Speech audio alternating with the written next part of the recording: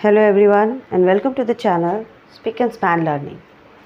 Today we are going to read class 6 Moral Science book Values Speak, chapter number 5. Name of the chapter is The Three Dwarfs. Dwarf means बौना या नाटा. So ये कहानी है 3 बौनों की. Let's see what happens here. So before it, about the chapter. A person in authority should be just. He should not favor anyone at the cost of another, else it may bring him misfortune. See what happened to the stepmother in the story who treated her daughter and stepdaughter differently. यहाँ कहा गया है कि कोई भी व्यक्ति जो authority यानी कि कहीं का हेड हो, जिसके ऊपर रिस्पॉन्सिबिलिटीज़ हों, उसे हमेशा जस्ट होना चाहिए. जस्ट यानी जो न्यायप्रिय हो, जो उसे सच्चाई का साथ देना चाहिए, न्याय का साथ देना चाहिए. उसे कभी भी किसी एक की वजह से दूसरे के साथ पक्षपात या भेदभाव नहीं करना चाहिए. इस चैप्टर में हम देखते हैं कि एक स्टेप मदर है यानी सौतेली माँ. वो अपनी बेटी और सौतेली बेटी के बीच में फ़र्क करती है और इसका क्या परिणाम होता है वो देखेंगे. Let us start this chapter. Once there was a man Ramit who lost his wife Roma. एक व्यक्ति था जिसका नाम था रमित. उसने अपनी वाइफ रोमा को खो दिया, यानी अब वो इस दुनिया में नहीं रही. He had a beautiful and kind daughter, Mary. उसकी एक बहुत ही सुंदर सी अच्छी सी बेटी थी जिसका नाम था Mary. He decided to marry again so that Mary would get a mother. तो रमित ने यह डिसाइड किया कि वो एक बार फिर से शादी करेगा ताकि उसकी बेटी मैरी जो है उसे एक अच्छी माँ मिल सके. His new wife named Simi too had a daughter named Julie, but ugly and repulsive. उसकी नई वाइफ सिमी की भी एक बच्ची थी. उस बेटी का नाम था जूली और वो अगली एंड रिपल्सिव थी. या अगली यानी कुरूप, जो सुंदर ना हो, एंड रिपल्सिव जिसे लोग पसंद ना करें, जिसे दूर भागे. Mary's stepmother and stepsister were jealous of her beauty. Mary की जो स्टेप मदर सौतेली माँ और उसकी सौतेली बहन जूली दोनों ही मैरी से बहुत ही नफरत करती थी. जेलस यानी उनसे ईर्ष्या रखती थी. They made Mary to do all the household work and did not give her good food to eat, but she remained polite with them. वे दोनों मैरी को घर के सारे काम करवाती थी और खाने के लिए अच्छा खाना भी नहीं देती थी. फिर भी वह चुपचाप रहती थी. Even in severe cold, they gave her cotton clothes. ठंड के दिनों में भी, बहुत ज़्यादा ठंड में भी उसे सिर्फ कॉटन क्लोथ यानी सूती के कपड़े ही पहनने को मिलते थे. Poor Mary, she was much troubled but never thought bad of them. बेचारी मैरी बहुत ही बुरे कंडीशन में थी, लेकिन उसने कभी भी इन दोनों के बारे में कुछ भी बुरा नहीं सोचा. As the two girls grew to marriageable age, Simi thought that it would be difficult to marry Julie with the beautiful and charming Mary at her side. So she decided to get rid of her. दोनों लड़कियां अब शादी के लायक वाले as में पहुंच चुकी थी. सिमी ने सोचा कि जूली की शादी करना तो बहुत ही मुश्किल हो जाएगा क्योंकि मैरी काफ़ी खूबसूरत थी और चार्मिंग थी. तो इसलिए सिमी ने कुछ डिसाइड किया कि किसी तरह वो मैरी से छुटकारा पाएगी. One day in winter when there was a hard frost and mountain and valley were covered with snow, Simi made a dress of paper and said to Mary, "Put on this dress and go out into the wood and fetch me a basket of strawberries." एक दिन बहुत ज़्यादा ठंड थी। उस दिन बर्फ़ भी पड़ रही थी, फ्रॉस्ट यानी बर्फ़। सारे माउंटेन्स, वैलीज़ यानी पहाड़ और घाटियाँ, सभी जगह स्नो, बर्फ़ ही बर्फ़ फैले हुए थे। उस वक्त सिमी ने एक पेपर की ड्रेस बनाई, कागज़ की ड्रेस, और मैरी से कहा, इसे पहनो और वुड यानी जंगल की तरफ चले जाओ। जाकर मुझे वहाँ से मेरे लिए स्ट्रॉबेरीज़, एक बास्केट, एक टोकरी भरकर स्ट्रॉबेरीज़ लाकर दो।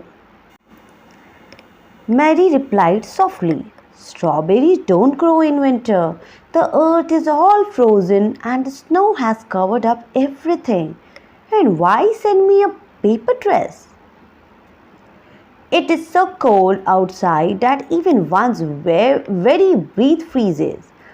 The wind will whistle through my dress and freeze me to death." Mary ने बहुत ही प्यार से, अच्छे से, सॉफ्ट वॉइस में कहा, रिप्लाई किया कि इस विंटर की सीज़न में तो स्ट्रॉबेरी उगते ही नहीं हैं। अभी तो सारी धरती फ्रोज़न यानी बर्फ़ से ढकी पड़ी है। ऐसे में कुछ भी नहीं मिलेगा, और अगर जाना भी है तो मुझे आप इस पेपर की ड्रेस में क्यों भेज रही हैं? इससे तो कोई भी व्यक्ति अगर सांस ले तो उसकी सांसें भी फ्रीज़ हो जाएंगी। फ्रीज़ यानी जम जाएंगी।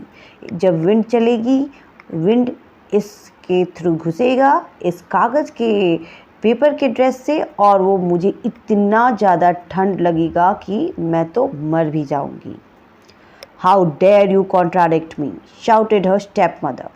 "Be off with you at once and don't show your face again till you have filled the basket with strawberries."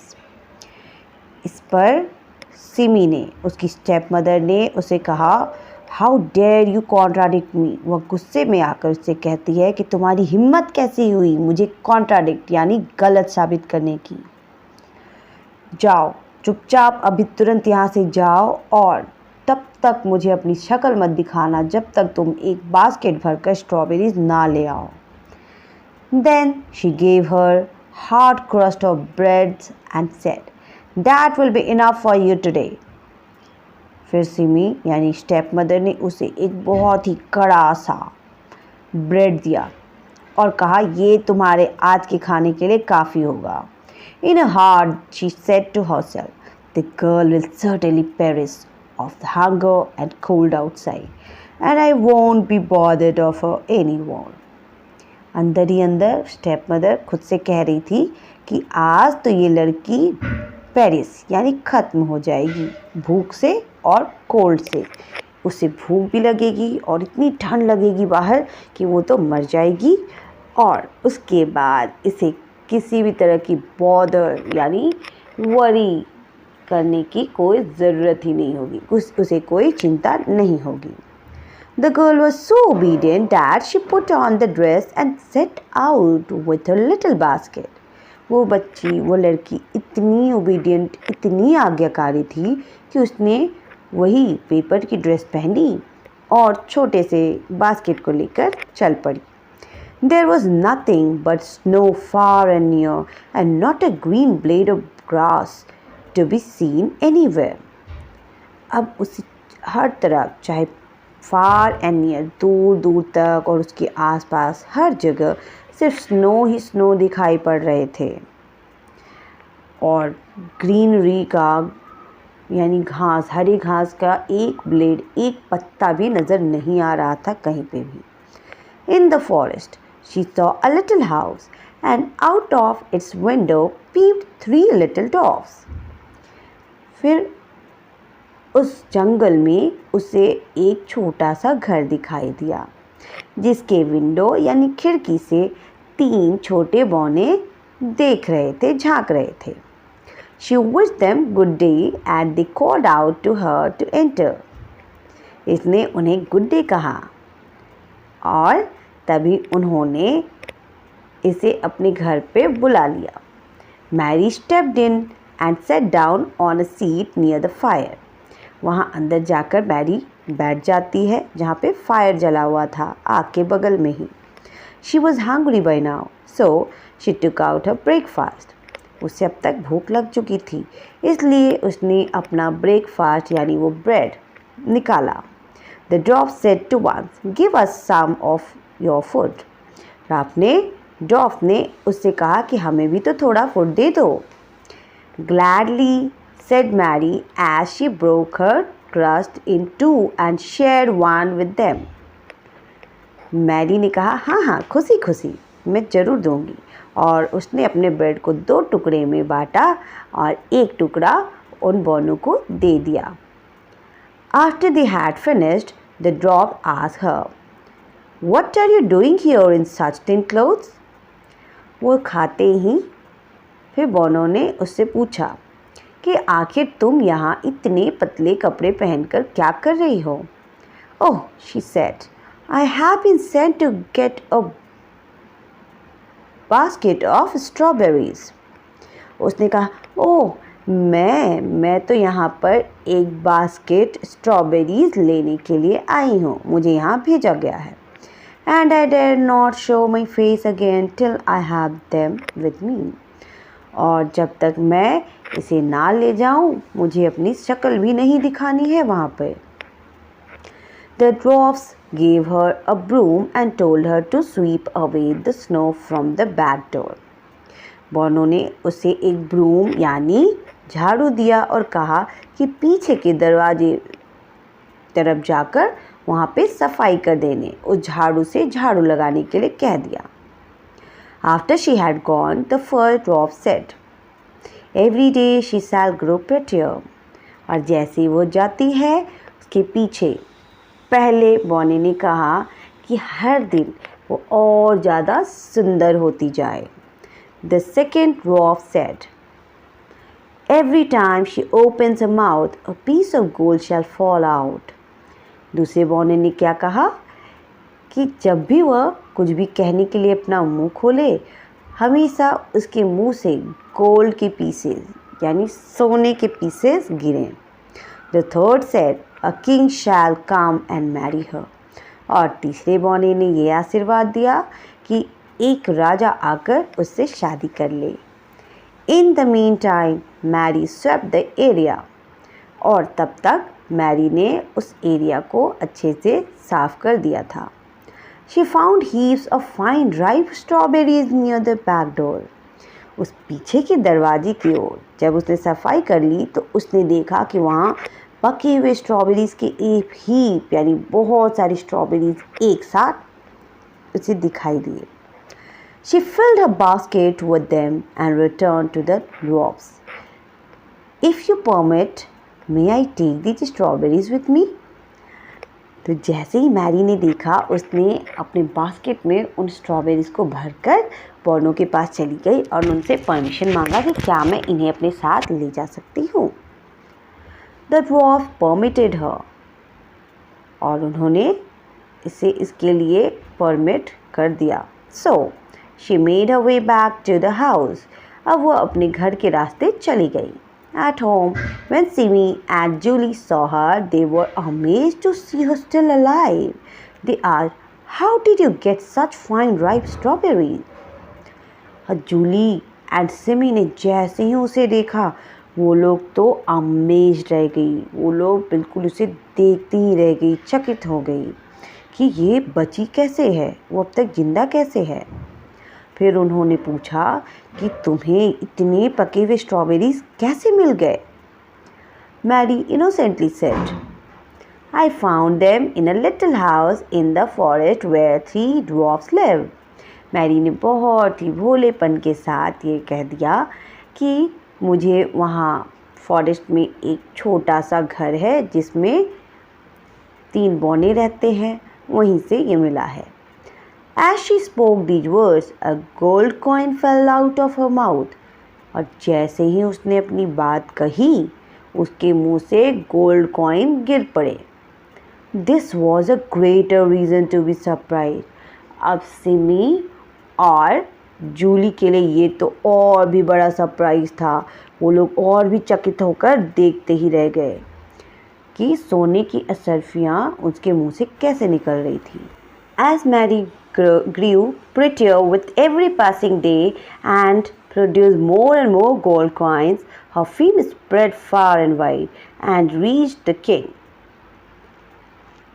उनके बौनों के आशीर्वाद के अकॉर्डिंग ही अब मैरी हर दिन और भी ज़्यादा सुंदर होती जा रही थी और उसके मुंह से हर दिन ज़्यादा से ज़्यादा गोल्ड कॉइन्स भी निकल रहे थे। ये बातें बहुत दूर दूर तक फैल गई। मैरी बहुत ही फेमस हो गई और ये एक किंग तक भी पहुंच गया। The king came immediately and seeing the pretty young girl fail in love and immediately married her. King को इसका जैसे ही पता चला वो इस यंग गर्ल के पास आते हैं और उससे शादी कर लेते हैं। Though she lived happily to the end of her life, और इसी तरह वो बहुत ही खुशी खुशी अपनी लाइफ को जीती है। Now, Simi wanted this thing to happen to her daughter, Julie too. अब सिमी भी अपनी बेटी के लिए ऐसा ही चाहती थी। So, she sent her to the wood with a basket to gather strawberries. इसलिए उसने अपनी बेटी जूली को भी वुड यानी जंगल में एक बास्केट स्ट्रॉबेरी लाने के लिए भेज दिया। She carried with her the finest cakes. वो अपने साथ खाने के लिए बहुत ही अच्छे केक लेकर गई। Julie went straight to the little house and found the three dwarfs looking out of the window. Jully सीधा उस छोटे से लिटिल हाउस में चली जाती है जहाँ पे वो बौने थे और विंडो से झांक रहे थे। Looking haughtily at them, she entered and sat down near the fire and started to eat her cakes. Looking haughtily यानी काफ़ी घमंडी तरीके से वह देखती रही उन्हें और फिर वो अंदर जाकर आराम से उस फायर के पास बैठकर अपने केक को खाने लग गई। Give us some, said the dwarfs. Mono ने इससे भी कहा कि हमें भी थोड़ा दे दो। No way, Julie said scornfully. इस पर जूली ने उन्हें बहुत ही बुरी तरह से जैसे कि वो उनकी बेइज्जती करती हो इस तरह जवाब दिया। No way यानी बिल्कुल भी नहीं। After she had finished, the dwarf said, There is a broom. Go and sweep the back door. जब उसने अपनी केक को खाकर ख़त्म कर लिया तब ड्रॉप्स ने उससे कहा कि यहाँ पर एक झाड़ू रखा है, जाओ बैक डोर यानी पीछे के दरवाजे से जाकर वहाँ पर सफाई कर दो। I am none of your servant, cried the girl. Better do it yourself. अब इस लड़की ने जोर से उन पर चिल्लाते हुए कहा कि मैं तुम्हारी नौकर नहीं हूँ, जाओ और खुद सफाई कर लो। After Julie left for her house, one of the dwarfs said, Every time she speaks, a dot shall jump out of her mouth. जब जूली ने उस घर को छोड़ा और वो वहाँ से जाने लग गई तो ड्रॉफ्स ने एक बौने ने उसे कहा कि जब भी वो बोले उसके मुंह से एक टोड यानी एक मेंढक जंप करके वो बाहर आए। She ought to get the punishment for her rude behavior. उसे अपने इतने बुरे व्यवहार के लिए सज़ा मिलनी ही चाहिए। At home, Simi asked what she had brought. Julie said, Nothing. The dwarf did not mean to give me anything. जब वो घर पहुंची, सिमी ने जाते ही उससे पूछा कि तुम क्या लेकर आई हो। जूली ने कहा, कुछ भी नहीं, बोनो ने तो मुझे कुछ दिया ही नहीं। Hardly had she finished then a toad jumped out of her mouth. अब उसकी बात पूरी ही हुई थी कि उसके मुंह से एक टॉड यानी एक फ्रॉग जंप करके बाहर आ जाता है। The mother and daughter were much disturbed. उस टोड से मदर एंड डॉटर बहुत ही काफ़ी परेशान होती है। This incident was conveyed to Mary. अब ये इंसिडेंट ये जो उनके साथ जो घटना घटी इसके बारे में वो मैरी को बताती हैं। She went to the dwarfs and pleaded with them to release Julie from the bane. अब मैरी उन बौनों के पास जाती है और उनसे प्लीड यानी रिक्वेस्ट करती है कि जूली को इस बेन यानी शाप से मुक्त कर दे। They agreed, though somewhat unhappily.